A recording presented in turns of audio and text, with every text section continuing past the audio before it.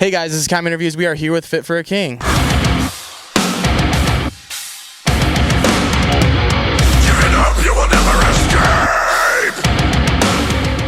You have a new album you just finished recording recently. I saw you guys post that on social media. So to just give fans a little bit of a hint as to what it sounds like. Are you guys playing any new stuff on this tour yet or no?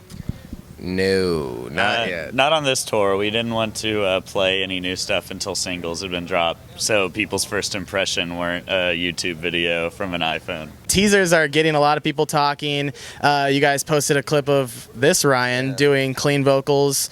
So, I mean, for people to just get a little more of a hint, if you were to compare this to like previous releases, what would you say about it? Well, it's, Slave to Nothing was kind of like a weird transitionary period, and this is definitely more like Creation Destruction 2.0 kind of thing. There's some tracks that, are along that like Slave to Nothing, like the single route, the real heavy bangers, and we've got some stuff that's kind of like a little more adult version of your like Warpaths, Resistance, stuff like that.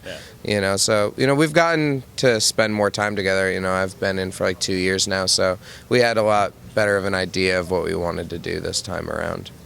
Back to the super heavy breakdowns. Yes.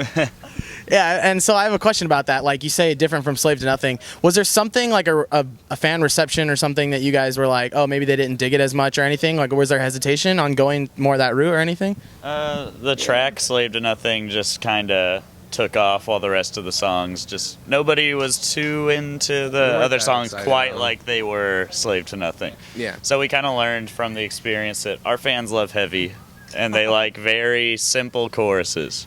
So we kind of wanted to emphasize those things. Which I think it worked out real well, and like you said before, Kirby's doing some singing on the record, and he did on the last one. He sang on Forever Unbroken. Like, we split the singing duties. Bob's doing some vocals on the record. Like, we really had a lot of fun with this one, and we're really proud of every song on it. It's not like we had a couple tracks we really liked and then put in a bunch of filler stuff. Like, we really took our time on this one, and I think it's just a much better product than Slave to Nothing.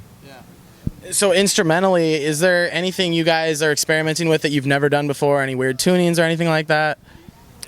No, we stuck with, on Creation Destruction is all in A sharp, and we stuck with the majority of A sharp. There's like 3 tracks that are in F again, like we did on Slave to Nothing with a few of the songs, but we really like doing that kind of stuff, but nothing really crazy. I would say the biggest difference is there's a lot more production, a lot more experimenting with like glitchy stuff and like even like little orchestral stuff here and there. So Slave to Nothing was pretty like I'd say barren of any production, really. Yeah, and we went to Nick Sampson this time, and he's really fantastic, man. He really took the songs to another level, and we're really thankful that we got to work with him this time. So it was cool. We had a really fantastic time recording this record. Yeah.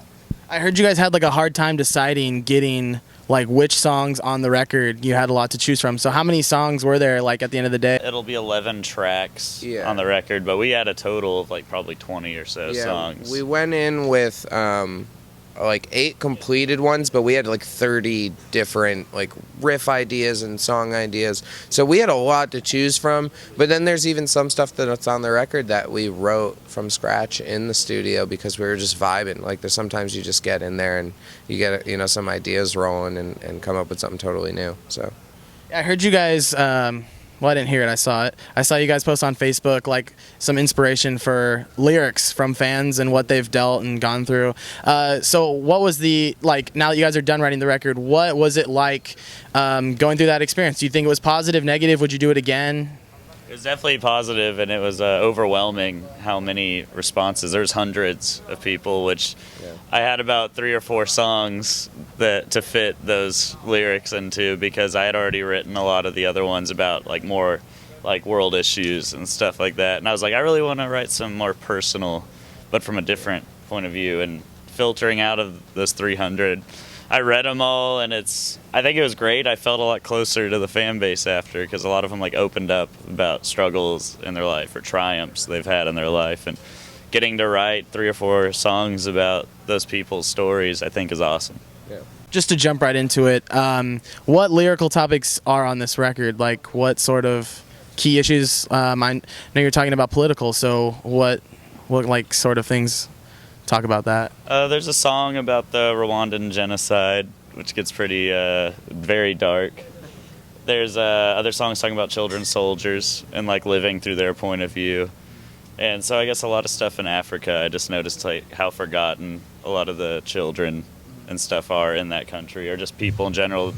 We're focused on stuff that happens in like Europe or the U.S. and there's so many genocides and mass murders happening in Africa that aren't talked about. And also one of our tracks is about the just like ISIS and stuff, because we were in Europe during the attack on the Bataclan, and so that was definitely a lot of inspiration for lyrics to a song. Yeah, what was that like? I know you guys played there like 2 or 3 days after, something like that? We were 6 hours away when it happened, and then we played 11 days later, and it was one of the first shows to hit Paris since the attacks. And we were scared because also we were on the tour called Never Say Die, so that was kind of like ironic and asking for a target. But, the idea of it was very scary, like going into it.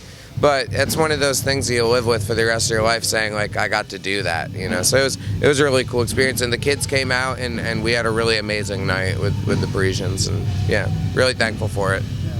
Are there any features on this record? Anything you can hint at, or any person you can describe?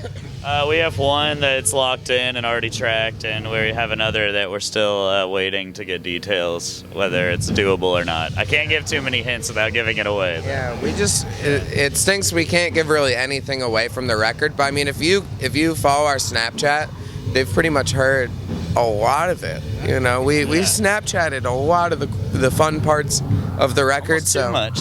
Yeah, if that's a good way to keep up, but it'll come sooner than later. We'll put the Snapchat names in the link below for you guys. If you were to like come up with a meaning for this album, or like kind of sum it up in like a sentence or two, what would you say like the meaning behind this album is overall? I think the album, a lot of the focus is on death and abandonment, and it's a very dark record. Whereas Slave to Nothing was more of a triumphant record. This one doesn't have many happy endings, and it's very dark. There's a lot of people grieving in the world today. Whether it's, all you see on social media is, especially in 2016, celebrities are dying left and right. You're just hearing all these tragedies of either, people, experiencing anything they hear every day, like car accidents, stuff like that, and, people losing family members and loved ones and friends. And, that was a lot of when we were asking fans, what's going on in their lives, and they came to us with their stories. A lot of it, that's what it relates around, because that's the time when, you really get, anxiety induced, and you reach lows is when you're really missing somebody. So I think a lot of it's about death and the grieving process. Is there a release date? That's the last question I want to talk about. Is there a release date or a general time frame that you guys can talk about? There's a release date that I can't talk about, of course, but look for it in the fall. Yeah. All right, guys. All right, so make sure to be on the lookout. Follow them on social media. Make sure to be on the lookout for that record coming, maybe fall, and this kind of interviews. Thanks for having us. Thanks. Thank you. Later, guys. Take it easy. Bye.